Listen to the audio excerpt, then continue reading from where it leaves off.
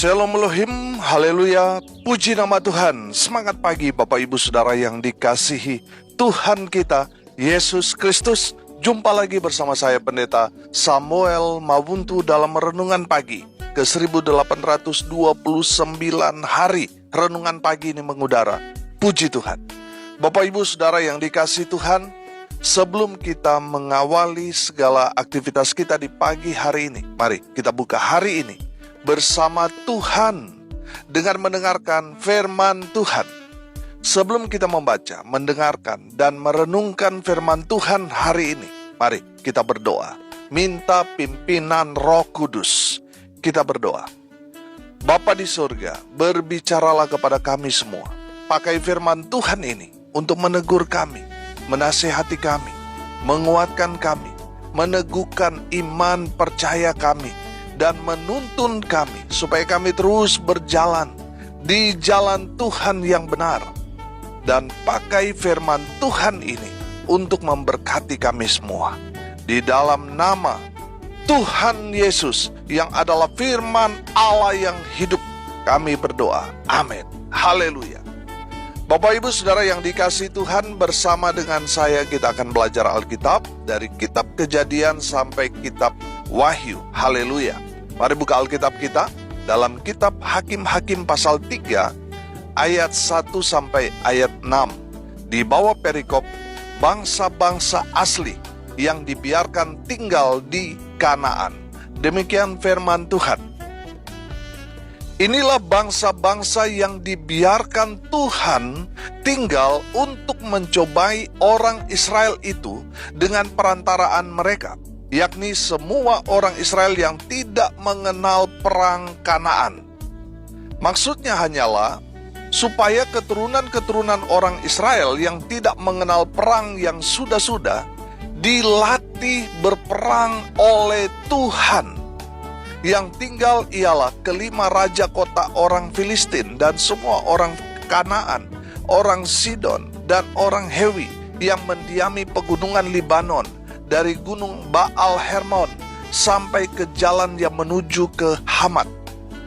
Mereka itu ada di sana supaya ia mencobai orang Israel dengan perantaraan mereka untuk mengetahui apakah mereka mendengarkan perintah yang diberikan Tuhan kepada nenek moyang mereka dengan perantaraan Musa.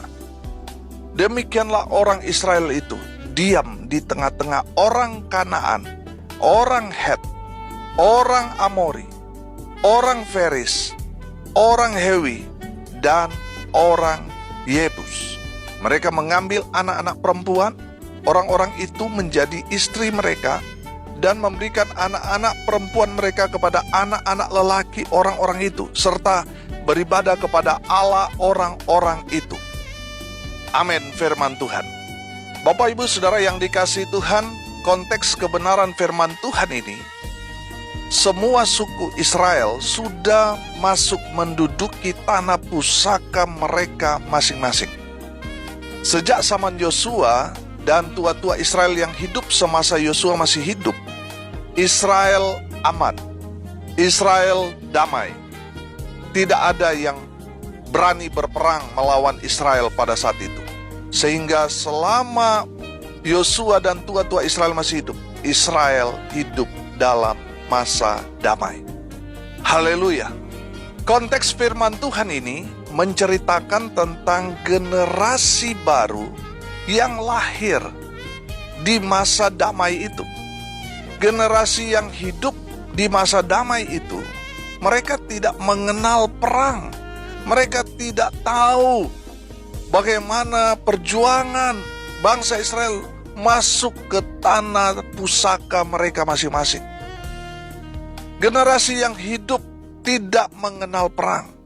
Dan Tuhan melihat generasi ini harus diselamatkan. Amin. Bagaimana kita dapat melihat cara Tuhan menyelamatkan generasi yang tidak mengenal perang itu? Perhatikan ayat 1 dan ayat 2. Inilah bangsa-bangsa yang dibiarkan Tuhan tinggal untuk mencobai orang Israel itu dengan perantaran mereka, yakni semua orang Israel yang tidak mengenal perang Kanaan. Maksudnya hanyalah supaya keturunan-keturunan orang Israel yang tidak mengenal perang yang sudah-sudah dilatih berperang oleh Tuhan. Haleluya. Bapak Ibu Saudara yang diberkati Tuhan, dengar ini baik-baik. Tuhan menyelamatkan generasi itu dengan apa? Membiarkan ada 5 raja kota Filistin yang diam di Kanaan, yang kemudian menjadi musuh bebuyutan Israel. Pertanyaannya sekarang, kenapa Tuhan tidak menumpas sampai tuntas semua musuh-musuh Israel, supaya Israel hidup aman, tenang, damai selamanya? Kenapa Tuhan masih menyisakan atau membiarkan ada musuh-musuh Israel tinggal di tanah Kanaan, yang notabene adalah tanah perjanjian? Dengar baik, Tuhan mengizinkan itu semua terjadi. Masih ada yang disisakan orang-orang asli Kanaan. Tuhan ingin melatih generasi yang tidak mengenal perang untuk berperang. Tuhan mengizinkan masih ada orang-orang asli Kanaan yang tinggal di tanah Kanaan itu untuk melatih bangsa Israel berperang. Amin. Haleluya. Bapak Ibu Saudara yang dikasihi Tuhan, saya menangkap pesan Tuhan ini begini. Dengar baik. Kita yang merintis satu pelayanan, atau saudara yang merintis satu usaha dari nol, dan kemudian saudara jadi orang sukses. Kita yang tadinya terbiasa dengan penderitaan, susah, tekanan, pergumulan, tapi setelah kita sukses, kita menindambobokan anak-anak kita dengan kesuksesan itu.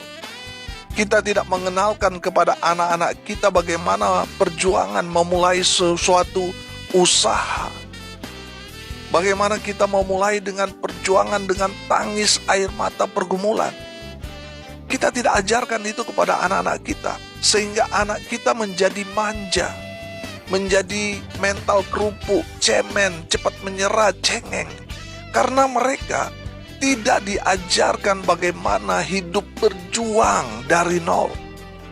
Karena kita tidak melatih mereka berjuang dari bawah, saudara. Setelah kita nggak kuat lagi, setelah kita mungkin meninggal, jadi almarhum, anak-anak kita yang kemudian meneruskan usaha atau pelayanan kita, mereka karena tidak terlatih berjuang dari nol, akhirnya mereka kewalahan. Mereka nggak kuat menghadapi banyak tantangan. Anak-anak kita tidak kuat menghadapi banyaknya tekanan. Karena apa? Kita tidak melatih mereka bagaimana memulai semua usaha atau pelayanan dari bawah. Saudara yang dikasihi Tuhan, kalau anak-anak kita seperti itu, yang disalahkan adalah kita, orang tuanya, yang memanjakan mereka dengan semua fasilitas, dan akhirnya mencetak generasi yang manja, yang tidak bisa berbuat apa-apa ketika kita sudah tidak ada di dunia ini. Kita yang bertanggung jawab. Saudara yang dikasihi Tuhan, saya teringat satu doa dari seorang legenda perang, Jenderal Douglas MacArthur. Dia berdoa kepada anaknya yang masih berumur 14 tahun. Dan doa ini dia tulis dalam bukunya yang berjudul The Prayer of a Father. Doa Jenderal MacArthur berbunyi seperti ini. Tuhanku, jadikanlah anakku seorang yang cukup kuat mengetahui kelemahan dirinya, berani menghadapi kala ia takut, yang bangun dan tidak tunduk dalam kekalahan, yang tulus serta rendah hati, dan penyantun dalam kemenangan. Oh Tuhan, jadikanlah anakku seorang yang tahu akan adanya Engkau dan mengenal dirinya sebagai dasar segala pengetahuan. Ya Tuhan, bimbinglah ia, bukan di jalan yang gampang dan mudah, tetapi di jalan penuh desakan, tantangan, dan kesukaran. Ajarilah ia agar ia sanggup berdiri tegak di tengah badai dan belajar mengasihi mereka yang tidak berhasil. Ya Tuhan, jadikanlah anakku seorang yang berhati suci, bercita-cita luhur, sanggup memerintah dirinya sebelum memimpin orang lain, mengejar masa depan tanpa melupakan masa lalu. Sesudah semuanya membentuk dirinya, aku mohon ya Tuhan, rahmatilah ia dengan rasa humor, sehingga serius tak berlebihan. Berilah kerendahan hati, kesederhanaan, dan kesabaran. Ini semua ya Tuhan, dari kekuatan dan keagungan-Mu. Itu jika sudah demikian, Tuhanku, beranilah aku berkata, tak sia-sia hidup sebagai Bapaknya. Amin. Haleluya. Bapak Ibu Saudara yang dikasihi Tuhan, lihat doa dari Jenderal MacArthur ini. Dia sepertinya begitu tega kepada anaknya. Tapi sebenarnya tidak, saudara. MacArthur mau supaya anaknya menjadi anak yang kuat, yang tangguh, yang dewasa. Amin. Haleluya. Bapak Ibu Saudara yang dikasihi Tuhan, mari kita semua juga memiliki doa yang sama seperti Jenderal MacArthur ini, yang mendoakan anak-anak kita supaya mereka betul-betul hidup menjadi manusia yang tangguh, manusia yang dewasa, yang kuat. Saudara yang dikasihi Tuhan, kalau kita melihat posisi MacArthur, seorang jenderal, seorang yang punya kuasa, seorang yang punya fasilitas, tetapi dia dalam doa ini, kalau kita pelajari saudara, dia betul-betul membiarkan anaknya itu betul-betul diproses mulai dari nol. Saudara, dia tidak memfasilitasi anaknya supaya anaknya itu kuat, saudara. Kebanyakan daripada kita, banyak orang setelah diberkati, anaknya menjadi cemen, saudara. Menjadi apa? Manja. Karena semua serba difasilitasi. Tapi setelah semuanya habis hilang, anak itu lantang-lantung, saudara. Anak itu mati kelaparan karena tidak bisa berbuat apa-apa, karena dia tidak dilatih oleh orang tuanya bagaimana memulai segala sesuatu itu dari nol. Saudara dengar ini baik, saudara dan saya bertanggung jawab untuk generasi kita selanjutnya. Kita harus melatih mereka untuk terus berjuang. Amin. Haleluya. Kita kembali pada firman Tuhan yang kita sudah baca dan renungkan bersama-sama hari ini. Tuhan mengizinkan masih ada 5 raja yang tinggal di Kanaan, di tanah perjanjian. Tujuan Tuhan tidak mengusir musuh-musuh Israel itu di tanah Kanaan. Alasan Tuhan yang pertama, Tuhan mau melatih bangsa Israel berperang. Dalam konteks sekarang ini, Tuhan melatih saudara dan saya untuk tetap terus berjuang. Amin. Haleluya. Saudara yang dikasihi Tuhan, di dalam kebenaran firman Tuhan ini, Tuhan izinkan ada orang-orang yang terus mau berperang dengan bangsa Israel. Tuhan izinkan itu terjadi supaya generasi yang tidak mengenal perang ini, mereka terlatih untuk berperang. Kalau dalam konteks sekarang ini saya katakan tadi, kita harus berjuang, bukan berperang saudara head to head, bukan, tetapi kita harus berjuang dalam kehidupan kita ini. Amin.